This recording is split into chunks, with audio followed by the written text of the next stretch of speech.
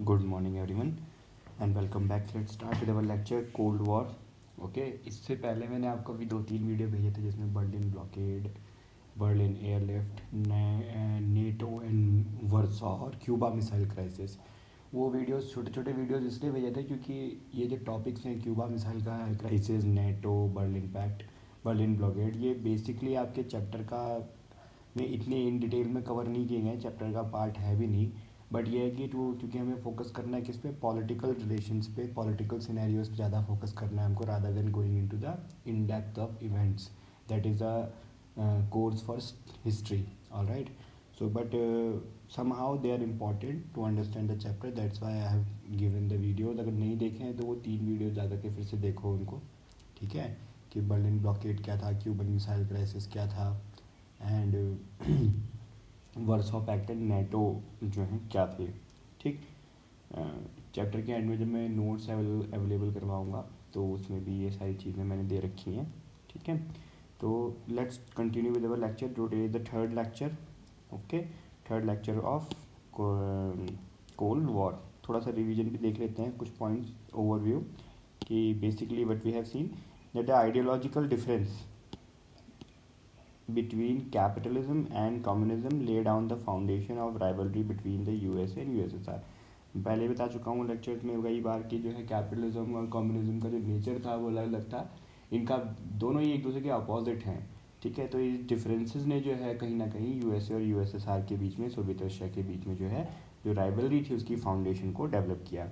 Then comes after the second world war, both USA and USSR were working on increasing their influence in Europe. Second world war के बाद Europe एक playground बन गया था। दोनों ही countries यहाँ पे जो है अपना इन्फ्लुएंस करना चाह रही थी। यूएसएसआर क्योंकि यूरोप के नज़दीक था तो जो है वो अपना इन्फ्लुएंस बनाना चाह रहा था, और अपना इन्फ्लुएंस से मतलब क्या है कि USSR was working on spreading the communism and at the same time the agenda of USA was to working the capitalism. बताया था किस तरह से वे प्रेसिडेंट रूजवेल्ट के बाद वहाँ पे हेनरी ट्रूमैन आए, और हेनरी ट्रूमैन का जो एटीट्यूड था टुवर्ड्स कम्युनिज्म वो बड़ा क्लियर था, उनका विजन बड़ा क्लियर था कि किसी भी हालत में कम्युनिज्म को यूरोप में फैलने से और अदर कंट्रीज में फैलने से रोकना है, because it hurts the economic interest of USA at that time. तो ट्रूमैन डॉक्ट्राइन मैंने आपको उसमें मेंशन किया था।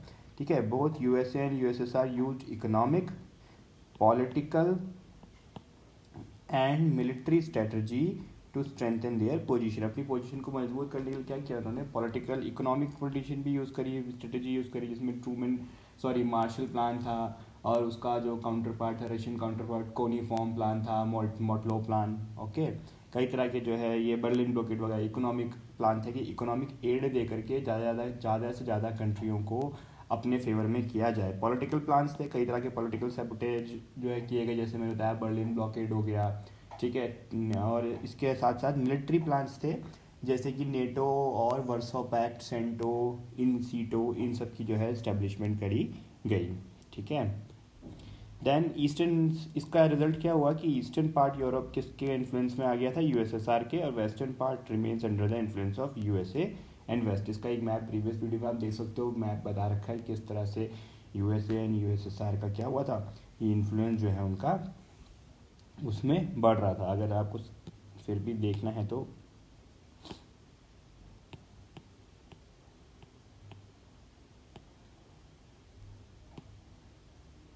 Here we have a map. इस मैप से आप समझ सकते हो कि यूएसए एंड यूएसएसआर का इन्फ्लुएंस किस तरह से बढ़ रहा है, कि जो ईस्टर्न पार्ट है हमारे वहाँ का, वो इस रेड कलर से जो इसमें दिख रहा है, ठीक है, that eastern part was under the influence of USSR, और जो वेस्टर्न पार्ट है ब्लू कलर वाला वो that was the under of USA.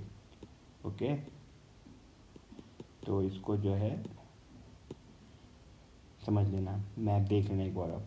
अब आते हैं एरिनाज ऑफ कोल्ड वॉर। ये कोल्ड वॉर भाई किन किन जगहों पे लड़ा गया। एक तो मैंने बताया cold war was not only, it was a struggle which doesn't have a one on one confrontation. Real life battle में जो इनका कन्फेंट्रेशन नहीं हुआ, बल्कि ये कन्फेंट्रेशन कहाँ हुआ, ये कन्फेंट्रेशन इकोनॉमिक्स एरियाज़ में हुआ, कल्चरल एरियाज़ में हुआ, प्रोपेगेंडा जो है ज़्यादा इसमें यूज़ किया गया।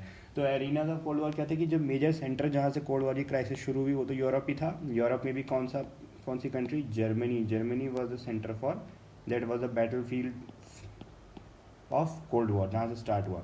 इसमें 2 scenario, Berlin blockade, Berlin airlift आपको पढ़ाया है, वॉल ऑफ बर्लिन वहाँ पे क्रिएट की गई, Germany, Berlin, eastern Europe and western Europe का जो है पावर ब्लॉक्स क्रिएट हुए। फिर ये कन्फ्रंट्रेशन वियतनाम में भी आया, जब वियतनाम में रशिया ने अपना इन्फ्लुएंस स्प्रेड करके वहाँ पे कम्युनिज्म स्टैब्लिश करने की कोशिश करी, तो यूएसए ने अपने जो है ट्रूमन डॉक्ट्राइन रिपीट कर रहा हूँ, ट्रूमन डॉक्ट्राइन क्या था कि कम्युनिज्म को किसी भी हाल में रोका जाएगा, और ऐसी कंट्रीज़ जहाँ पे किसी तरीके से जो आर्म्ड माइनॉरिटीज़ हैं, अगर वो वहाँ की पॉपुलेशन को थ्रेटन कर रही है, या वहाँ की जो गवर्नमेंट है वो कम्युनिज्म के अंडर आ रही है, तो उसे यूएसए क्या करेगा, एड प्रोवाइड करेगा। कैसी aid? Military and strategical aid provide करेगा। तो वियतनाम वॉर जो है, वियतनाम में कम्युनिज्म के स्प्रेड को रोकने के लिए अमेरिका ने यहाँ पे इंटरवेंशन किया। हालांकि ये Vietnam war was one of the greatest military failure of America, इसमें अमेरिका की बड़ी बुरी जो है हालत हुई। ठीक है, वियतनाम वॉर क्राइसिस को लेके बहुत सारे हॉलीवुड मूवीज़ भी क्रिएट हुई हैं, उनमें आप देख सकते हो किस तरह से वियतनाम वॉर में को लेकर के अमेरिका में एक एंटी वॉर सेंटीमेंट भी जो है जारी हो गया है। फिर अफ़गान इन्वेजन 90s के एरा में जो है अफ़गानिस्तान में जो है रशिया ने इन्वेजन किया। ठीक, कॉन्गो वॉर में अफ्रीका के कॉन्गो में जो है रशियन अमेरिकन इसको इन्वेजन हुआ, और इसका जो सबसे पीक था 1962 कौन सा था? Cuban missile crisis. ये तो मैंने एक सेपरेट वीडियो दिया था, इसको देख भी लीजिएगा। ठीक है, Cuban missile crisis was the height of cold tension between US and USSR. अब इसी से हम जो आज तक पॉइंट है हमारा, इसे डिस्कस कर लेते हैं। क्यूबन मिसाइल क्राइसिस को लेकर क्या था? देखिए, सबसे बड़ी चीज़ क्या है कि यूएसए एंड यूएसएसआर है, कोल्ड वॉर में ये दोनों ही कंट्रीज़ एक दूसरे के ऊपर हावी होना चाह रही है। ठीक है, और इसको करने के लिए उन्होंने अपनी पोजीशन को मजबूत करना शुरू किया। इन दोनों ही कंट्रीज़ ने इन्वेस्टमेंट करना शुरू किया, किसमें किया? वेपन्स में। Weapons of mass destruction create किए, न्यूक्लियर वेपन्स क्रिएट किए, लॉन्ग रेंज मिसाइल्स जिनको बोलते हैं ICBM, inter continental ballistic missiles. ठीक, और चूँकि रशिया और यूएसए के बीच में जो जोग्राफिकल डिस्टेंस है वो बहुत ज़्यादा है, और जो रशियन मिसाइल्स थी उस समय वो उनकी इतनी ज़्यादा जो है वो नहीं थी, रेंज नहीं थी कि वो यूएसए को हिट कर सकें। इसलिए यूएसए को के ऊपर आपको अपनी मिसाइल रेंज में लाने के लिए क्या किया?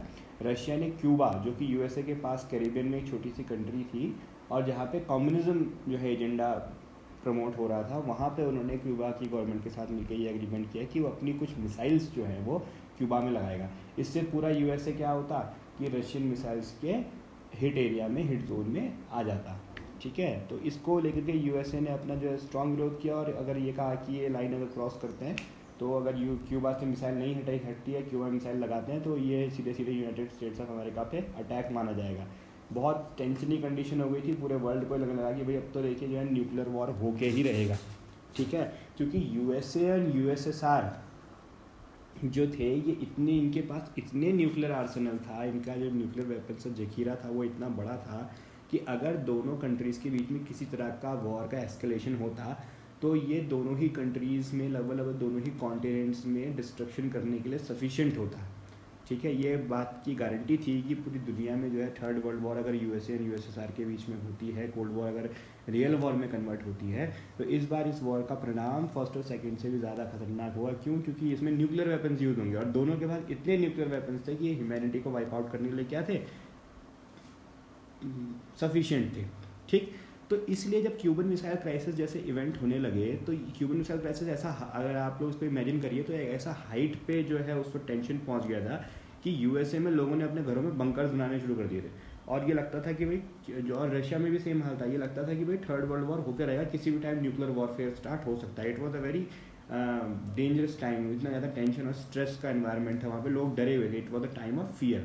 तो इस फियर ने कहीं ना कहीं जब क्यूबन मिसाइल क्राइसिस को अवॉइड कर लिया गया और डी एस्केलेट हो गई सिचुएशन, तो दोनों ही कंट्रीज़ के जो पॉलिसी मेकर्स थे, लीडर्स थे, उनको ये लगा कि कहीं ना कहीं जो ये कोल्ड वॉर है, कोल्ड वॉर में हमने एक दूसरे को के इन्फ्लुएंस को कम करने के लिए वेपन्स तो एक्यूमुलेशन कर लिए हैं, बट इन वेपन्स को रेगुलेट करने की ज़रूरत है, क्योंकि दोनों ही कंट्रीज इतनी पावरफुल कंडीशन में है कि अगर इनके बीच में युद्ध होता है तो वे एक दूसरे को वाइप आउट कर देंगे।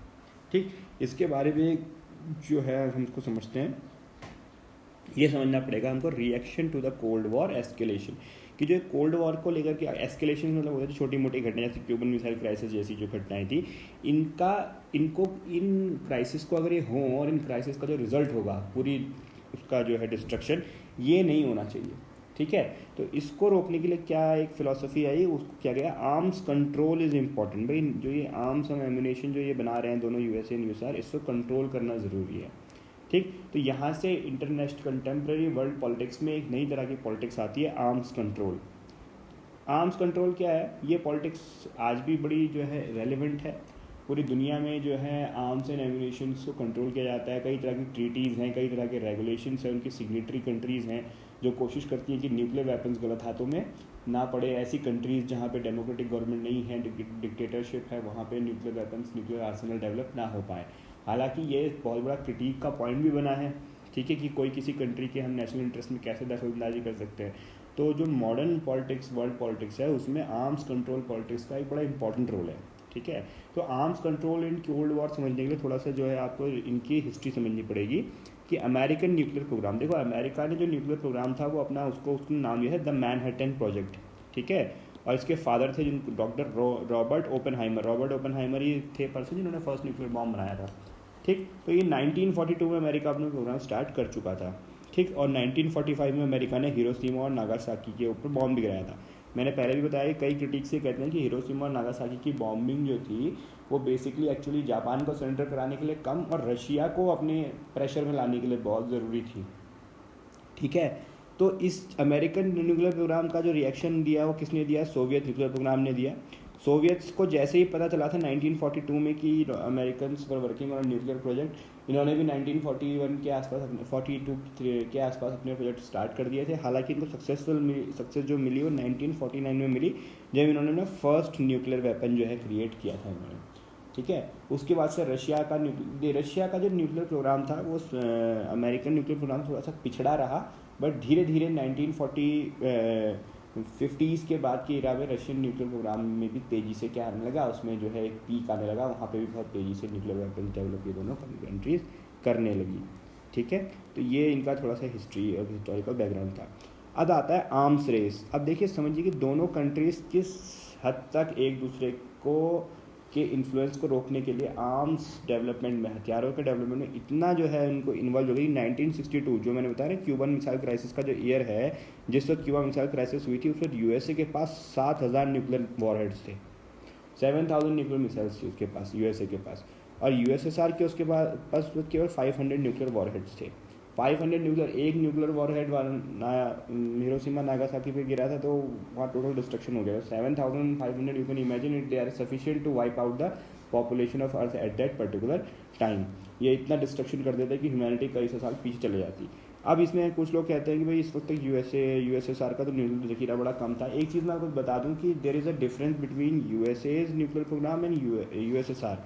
यूएसए ने जहाँ क्वांटिटी पे फोकस किया है, ओके, यूएसए के जो न्यूक्लियर वॉरहेड्स हैं वो थोड़ी कम कैपेसिटी वाले हैं लेकिन वो नंबर में ज़्यादा हैं। That is the strategy of USA.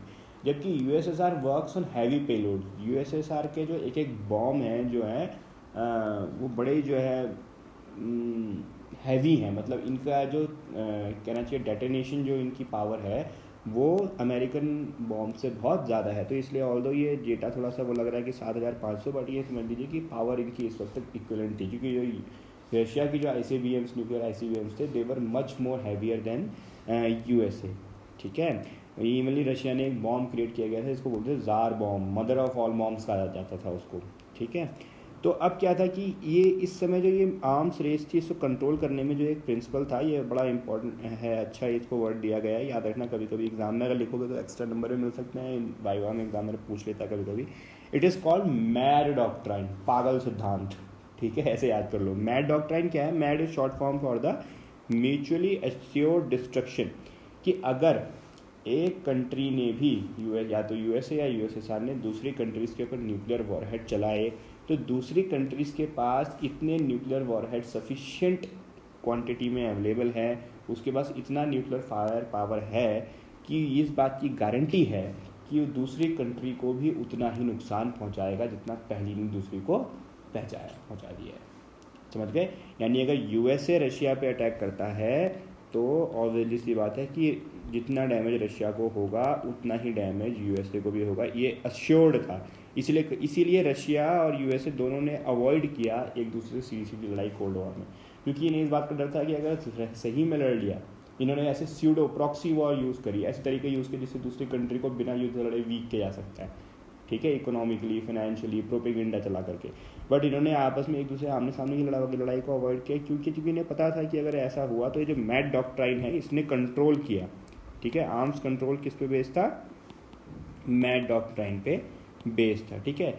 Resulted 1962 की क्यूबा मिसाइल क्राइसिस हुई, ठीक है। क्यूबा मिसाइल क्राइसिस को अवॉइड करने में इस मैड डॉक्ट्राइन का इंपॉर्टेंट रोल था कि दोनों कंट्रीज़ ने लड़ने की जगह क्या करना उचित समझा कि भाई इस वक्त जो है ये एस्केलेशन है इसको डी एस्केलेट किया जाए, इसको टाला जाए, ठीक। अब है डिटेंट ऑफ 1962-65, इसको डिटेंट, ठीक है, डिटरेंस जो आपके उसमें वर्ड यूज़ किया जाता है, डिटरेंस, ठीक है, ये उसका फ्रेंच वर्जन हो गया। डिटरेंस मतलब है कि लड़ाई की सिचुएशन से हटना है, ऐसी सिचुएशंस को अवॉइड करना जिससे लड़ाई हो जाए, ठीक है। अब ये इसमें देखो दिया हुआ है, after picking over the edge in the nuclear missile crisis in Cuba, Kennedy, उस वक्त जो यूएस के प्रेसिडेंट थे, क्यूबा मिसाइल क्राइसिस JFK थे, और खुश्चेव जो थे, he was the leader of USSR, ठीक है। They decided to start a more systematic and enduring policy of detente, इन्होंने माना कि भाई ऐसी पॉलिसीज़ जो है हमको अब अडॉप्ट करनी चाहिए जिससे कि जो है डिटेंट यानी कि डिटेरेंस हो, और इसके लिए सिस्टम होना चाहिए। ये ऐसा अभी तक तो हम मैन डॉक्ट्राइन पे काम कर रहे हैं, इस डर के हमारे काम कर रहे हैं कि भाई दूसरे ने हमला किया तो ये ख़त्म हो जाएगा, इसने हमला किया तो वो ख़त्म हो जाएगा, तो ये डर हमको रोके हुए है। लेकिन कभी मान लीजिए क्यूबा मिसाइल जैसी क्राइसिस सिचुएशन फिर से हो गई और उस बार सिचुएशन को टाला नहीं गया बल्कि युद्ध हो ही गया, तो उसका परिणाम कितना भयंकर होगा। तो इन्होंने कहा एक सिस्टम होना चाहिए जिससे कि क्या हो सके कि कम से कम ऐसी क्यूबा मिसाइल जैसी की जो क्राइसिस अगर हो तो वो डी एस्केलेट हो जाए, उसका परिणाम वॉर के तौर पर ना हो।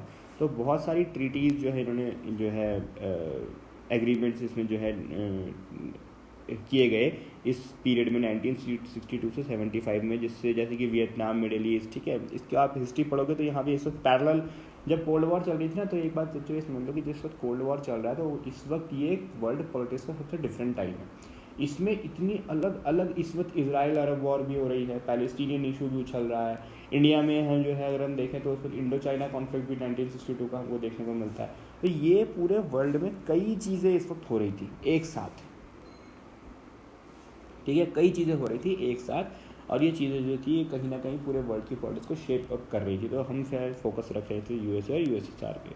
तो इसमें इन ट्रीटीज़ में NPT थी, न्यूक्लियर नॉन प्रोलिफरेशन ट्रीटी, बहुत जो है इंपॉर्टेंट ट्रीटी है, इंडिया ने अभी तक इसको साइन नहीं किया हुआ है। 1968 में US एंड USSR ने वहीं पे और यूनाइटेड किंगडम के बीच हुई थी। SALT I ट्रीटी थी, SALT I मतलब क्या था, स्ट्रेटेजिक आर्म्स लिमिटेशन एग्रीमेंट, ठीक है, 1972 का था। तो ये निक्सन और खुर्शीव ने साइन किया था, जो कि कैनेडी JFK की तो हत्या हो गई थी कुछ टाइम बाद ही। तो इसको समझते हैं। अब ये कुछ ट्रीटीज़ हैं जो कि आपकी बुक में लास्ट पेज में दी हुई हैं, इस चैप्टर के लास्ट पेज में। तो ये ट्रीटीज़ पढ़ लेना, क्योंकि इन पर कभी कभी शॉर्ट नोट्स लिखने में ज़रूर आता है। इनको थोड़ा और बता देते हैं। LTPT limited test ban treaty, इस ट्रीटी में क्या था, ये 5 अगस्त 1963 को साइन की गई थी US, UK एंड USSR के बीच में। इसमें कहा गया था कि कोई भी जितने भी न्यूक्लियर वेपन होंगे ये अंडरग्राउंड, जितने भी न्यूक्लियर वेपन टेस्ट किए जाएंगे ये कहाँ टेस्ट किए जाएंगे, अंडरग्राउंड टेस्ट किए जाएंगे, ज़मीन के अंदर। इसलिए हमारे वहीं पोखरण ज़मीन के अंदर किया जाता है, ठीक है। इन किसी भी तरह का न्यूक्लियर टेस्ट एटमॉस्फेयर में करना, आउटर स्पेस में करना या पानी के अंदर करने को क्या माना गया, बैन माना गया कि भाई इस चीज़ को नहीं करेंगे। 10 अक्टूबर 1963 को ये ट्रीटी फोर्स में आ गई थी। इसके बाद है NPT nuclear non proliferation treaty. इसमें क्या है कि only the nuclear weapon states to have nuclear weapons and stop others from acquiring them. इसका मतलब क्या था कि इस वक्त तक, जिस वक्त ये NPT साइन हो रही है, इस वक्त तक जितनी कंट्रीज़ के पास न्यूक्लियर वेपन है सिर्फ उन्हीं को न्यूक्लियर वेपन रहने दिया जाए, बाकी अदर कंट्रीज़ को न्यूक्लियर वेपन करने से रोका जाए। ये सबसे ज़्यादा विवादास्पद इसकी डिस्प्यूटेबल ट्रीटी थी, ठीक है, क्योंकि US और USSR तो इनके पास जखीरा था, ये न्यूक्लियर आर्सेनल इतना बड़ा है, पर अदर कंट्रीज़ को रोका जा रहा था। इसीलिए इंडिया ने NPT के ऊपर साइन नहीं किया, नॉन प्रोलिफरेशन ट्रीटी के ऊपर साइन नहीं किया, और अपने न्यूक्लियर वेपन डेवलप पोखरण परीक्षण करने के ऊपर ध्यान दिया, ठीक है। इसके लिए बैन भी इंडिया को झेलना पड़ा। For the purpose of the NPT, a nuclear weapon state is one which has manufactured and exploded a nuclear weapon or other nuclear explosive device prior to 1 जनवरी 1967। अगर किसी स्टेट ने 1 जनवरी 1967 से पहले न्यूक्लियर एक्सपेरिमेंट कर लिया है तो दे विल रिमेन, वो न्यूक्लियर वेपन रख सकते हैं, इसके बाद वाले नहीं रखेंगे। तो उस वक्त क्या था कि 5 न्यूक्लियर वेपन स्टेट थे, अभी भी वही माने जाते हैं, US, USSR, Russia, Britain, France and China. कौन कौन था इस वक्त तक, US, उस वक्त USSR, now Russia, Britain, France and China, ये जो है 5 कंट्रीज़ मानी जाती थी। ठीक है, ये वाशिंगटन में, लंदन और मॉस्को में साइन की गई 1 जुलाई 1968 को, और फोर्स में कब से आई 5 मार्च एंड 1970 को। ठीक है, और 1995 में इसको बिल्कुल अनिश्चित काल के लिए, जब तक चलेगा जब तक चलने के लिए इसको जो है कर दिया गया है। इंडिया के साथ सबसे बड़ा इशू यही है, जब भी हमको सिक्योरिटी काउंसिल वगैरह में बात करने की बात आती है, पहला इशू ये आता है कि हम एनपीटी के हमको साइन करनी पड़ेगी। एनपीटी साइन करने पड़ेंगे तो हमको अपने न्यूक्लियर वेपन्स बंद करने पड़ेंगे, but being a country with 2 hostile neighbours such as China and Pakistan, we must have nuclear weapons. तो ये हमारी फॉरेन पॉलिसी के जो है अगेंस्ट है एनपीटी। ठीक है, इसके अलावा स्ट्रेटेजिक आर्म्स लिमिटेशन ट्रीटी थी सॉल्ट 1। ठीक, ये सॉल्ट जो थी नवंबर 1969 में जो है साइन की गई। इस वक्त ब्रेजनेव थे और रिचर्ड निक्सन थे, इन्होंने आपस में मॉस्को में जो है इस ट्रीटी को साइन किया गया था। ये इंपॉर्टेंट ट्रीटी थी सॉल्ट ट्रीटी। ठीक है, इसका सबसे इंपॉर्टेंट पार्ट था कि इस ट्रीटी के अंदर एक सब ट्रीटी थी जिसको बोलते हैं ABM treaty, anti ballistic missile system. ठीक, इसमें कहा गया था कि भाई जो लॉन्ग रेंज मिसाइल्स है इनको जो है रोका जाएगा। ठीक, फिर है salt 2 treaty, strategic arms limitation talks 2। इसमें क्या किया गया है, जब सेकेंड राउंड हुआ था नवंबर 1972 में स्टार्ट। इस वक्त प्रेसिडेंट थे यूएस के जिमी कार्टर, और सोवियत रशिया की तरफ से वही ब्रेजनेव दोबारा से कर रहे थे साइन। इन्होंने ट्रीटी की गई और उससे कहा गया strategic offensive arms in Vienna. ठीक है, वियना में जो है ट्रीटी को साइन किया गया था। ये सॉल्ट के अलावा 2 ट्रीटी थी, स्टार्ट 1 एंड स्टार्ट 2। हालांकि एक न्यू स्टार्ट 3rd ट्रीटी भी आई है बहुत रिसेंटली 2002 के आसपास, तो बट उसको हम डिस्कस अभी नहीं करेंगे। Strategic arms reduction treaty start 1 में क्या था कि ये मिखाइल गोर्बाचोव थे। गोर्बाचोव और is also famous for starting the 5 year plan, अगर आपको याद होगा तो। ठीक है, Gorbachev is very famous for यहाँ। अब रशिया जो है इस वक्त रशिया का डेजोल्यूशन स्टार्ट हो गया था, और US president George Bush senior, not George Bush the one George Bush you know from the Iraq war, उनके फादर थे जॉर्ज बुश। ठीक है, on the reduction and limitation of strategic offensive arms in Moscow in 31 July 1991। और finally क्या हुआ, Russian president Boris Yeltsin थे और US president George Bush senior थे 1993 में, 2 साल बाद स्टार्ट 2 ट्रीटी साइन की गई। तो LTBT, NPT, SALT 1, SALT 2, START 1, START 2, ये सारी ट्रीटीज़ जो थी, इनका मकसद क्या था? इनका मकसद यही था कि भाई यूएसए और यूएसएसआर के बीच जो ये आर्म्स रेस हो गई है इसको रेगुलेट किया जाए। दूसरी बात, जो अदर कंट्रीज़ हैं उनके पास भी वही वेपन जो बन रहे हैं उसको रेगुलेट किया जाए। लेकिन यहाँ पे एक बड़ा डिबेटेबल क्वेश्चन है, यूएसए और यूएसएसआर न्यूक्लियर रिस्पॉन्सिबिलिटी की बात आती है। यूएसए और यूएसएसआर तो अपने हिसाब से ट्रीटी बना करके भाई अपने जितनी मर्जी उतना जो है वो न्यूक्लियर वेपन क्रिएट कर सकते हैं, बट अदर कंट्रीज़, इंडिया जैसी फ्री कंट्रीज़ को वो न्यूक्लियर वेपन्स करने से रोक रहे हैं। ठीक, तो ये एक बड़ा डिबेटेबल इशू है कि क्या एनपीटी जो है वो फेयर है या नहीं है। ठीक, इस पर एक असाइनमेंट मैं आपको दूंगा, वो आप करना है। ठीक है, तो ये जो है रिजल्ट हुआ आर्म्स रेस का। समझ गए आर्म्स रेस क्या थी कि बेसिकली जो मैड डॉक्ट्राइन था, इसकी वजह से इन कंट्रीज़ को सोचना पड़ा कि अगर क्यूबन मिसाइल क्राइसिस जैसी कंडीशन दोबारा हुई तो how we are going to stop it from escalating into a full fledge nuclear war. तो इसके लिए फिर एक दौर आया आर्म्स कंट्रोल का, जिसमें बहुत सारी ट्रीटीज़ स्टार्ट हुई। ठीक है, ये ट्रीटीज़ इंपॉर्टेंट हैं, इनमें 1 मार्क्स में कभी कभी छोटे शॉर्ट नोट्स लिखने को आ जाती हैं। ठीक, चलिए अब इसमें मैंने थोड़ा सा एक डेटा एक्स्ट्रा यूज़ किया समझाने के लिए। क्या एक बार क्वेश्चन आता है कि वेदर और not these treaties are effective, क्या इनसे जो है भाई वाकई में आर्म्स रेस में कंट्रोल आया है? तो we have a data here to show you that how this things are working. ये रेड वाला जो है वो यूएस है और ब्लू वाला रशिया है। ठीक, हम देख सकते हैं कि 1960 तक यूएसए लीड कर रहा है। देखिए यहाँ पे उसमें वेपन्स के मामले में रशिया के पास कम है। फिर 1962 में क्यूबन मिसाइल क्राइसिस होती है। इसके बाद शुरू 1963 में एनपीटी वगैरह का नॉन प्रोलिफरेशन की बात आ जाती है। 68 में एनपीटी साइन की है। तो हम देख रहे हैं कि पहले तो ये ग्राफ बढ़ रहा है, लेकिन फिर there is a sudden decrease. ठीक है, सॉल्ट 1 आते आते क्या हुआ है, ये हमारे पास जो वेपन्स जो इधर बढ़ रहे थे ये यहाँ से थोड़ा सा डिप होने लगे। लेकिन 1972 में आते आते फिर से जो है सिचुएशन थोड़ी सी इनके बीच ख़राब हो जाएगी। और इसमें क्या हुआ कि हम एक चीज़ नोट अगर आप कर रहे होगे तो आप देखोगे कि रशिया का जो न्यूक्लियर आर्सेनल है वो पहले बीच का घटा है, लेकिन फिर लगातार बढ़ता गया है। INF ट्रीटी ये बहुत बाद में हुई थी, न्यूक्लियर नॉन प्रोलिफरेशन ट्रीटी थी। ठीक है, लॉन्ग रेंज मिसाइल्स को लेकर के थी। ठीक, अब इधर इसके बाद हम देखते हैं कि जो यूएसए है कि यूएसए का न्यूक्लियर आर्सेनल लगातार घटते जा रहा है। ठीक। और रशिया का 1991 में जब जो है सोवियत रशिया का डिसोल्यूशन हो गया था फाइनली, अब यूएसएसआर से हटके खाली रशिया रह गया था, तब रशिया का न्यूक्लियर आर्सेनल भी तेज़ी से घटते जा रहा है। अब ऑलमोस्ट दोनों ही कंट्रीज़ का न्यूक्लियर आर्सेनल क्या है, बराबर आ गया है। ठीक, तो हाँ ये कह सकते हैं कि न्यूक्लियर एंड आर्म्स कंट्रोल जो है रिजीम जो थे उन्होंने काम किया है, इन ट्रीटीज़ ने काम किया है, कहीं ना कहीं उन्होंने न्यूक्लियर वॉर को डी एस्केलेट किया है। बट ये फेयर है या नहीं है, that is a question for debate. Okay, so today we are going to cover only these things. One thing I am going to give you, I am giving you an assignment, ये उसमें भी डाल दूंगा मैं Google classroom पे, that cold war gave birth to arms race as well as arms control. Important question है, justify the statement with argument. अच्छा करके इसको लिखिए, लास्ट डेट इसकी जो है कल रहेगी सबमिट करने की। ओके, तो ये असाइनमेंट हो गया आपका। ओके, तो this was the lecture for today to understand the crisis. कल हम पढ़ेंगे, अब ये हमारे पास सिचुएशन क्लियर हो गई है कि हमने ये समझ कि reaction to the cold war क्या था, कि एक जो रिएक्शन था उसका एक रिएक्शन तो था कि आर्म्स कंट्रोल, बट ये तो मिलिट्री के सिनेरियो में हो गया है। जो कोल्ड वॉर में जो सिचुएशंस हो रही थी, ये रिएक्शन जो कोल्ड वॉर एस्केलेशन थे उसके लिए ये तो मिलिट्री के एरिया में हुआ कि भाई आर्म्स कंट्रोल हुआ, but politicals world political scenario पे भी, जैसे इंडिया की पॉलिटिक्स, किसी भी कंट्री की पॉलिटिक्स होती है, वर्ल्ड में भी पॉलिटिकल सिनेरियो होता है, उस पॉलिटिकल सिनेरियो पे क्या जो है रिएक्शन आया, तो वो रिएक्शन आया, एक ऐसा मूवमेंट स्टार्ट हुआ जो कि ये जो two power bloc, emergence of power पे टू पावर ब्लॉक्स थे, इससे एक अलग राजनीति कर रहा था, वो था नॉन अलाइनमेंट मूवमेंट, नैम। तो tomorrow we are going to start with this. ठीक, ये नैम मूवमेंट क्या था, इंडिया का कोल्ड वॉर के दौरान क्या रोल रहा, ये दो टॉपिक में बस कवर करने लगे हैं अब, एक नाम and role of India in cold war, हमारी क्या स्टेटस है। ठीक है, so have a nice day, इसको अच्छे से पढ़िए। ठीक, और जितने भी वीडियोस मैंने वैसे भी जो आपने तो भेजे हैं वो तो पुराने, जो इसके अलावा जो मैंने कल दिनों बर्लिन ब्लॉकेड है वो वीडियो जरूर देखना, क्योंकि आपको उसमें से क्वेश्चन आ सकता है, Cuban missile crisis, what was Cuban missile crisis. ठीक है, चैप्टर समझने के लिए they are important. So have a nice day everyone and see you letter.